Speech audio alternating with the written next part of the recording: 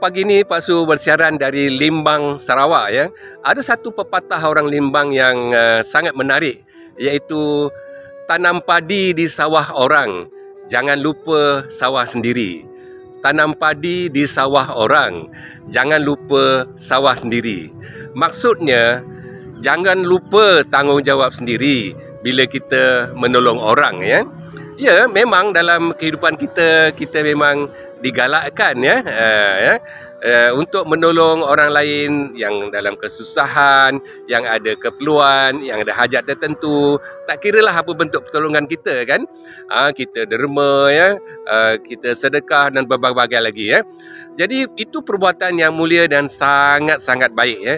Tetapi jangan kita lupa ya, jangan kita lupa kita ada tanggungjawab sendiri ya. Tanggungjawab sendiri kepada diri kita sendiri, isteri anak kita, keluarga kita, ibu bapa kita ya, ahli keluarga kita yang memang hampir dengan kita, yang mendekat dengan kita ya. Jadi umpamanya kalau kita nak menolong orang yang jauh-jauh ya, dan kita kena utamakan dulu ya tanggungjawab kita terhadap orang yang hampir dengan kita ya.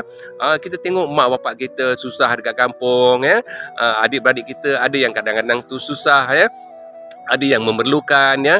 Kita kena bantulah. Bantu setakat yang kita mampu ya.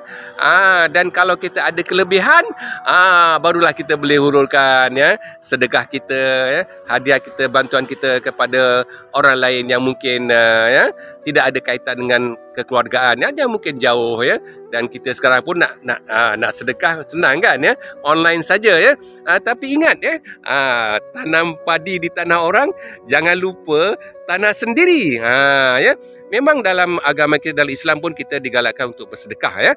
Tetapi kita kena ingat ya, kita kena utamakan kaum kerabat kita terlebih dahulu yang memang hidupnya susah ya. Melainkanlah kalau ahli kerabat kita memang dah mewah-mewah, kaya-kaya, memang tidak ada keperluan, jadi kita tolonglah orang-orang yang lebih susah, orang yang miskin, orang yang lebih menderita ya. Itu dia, ingat ya, tanam padi di sawah orang, jangan lupa tanah sendiri. Jumpa lagi. Terima kasih.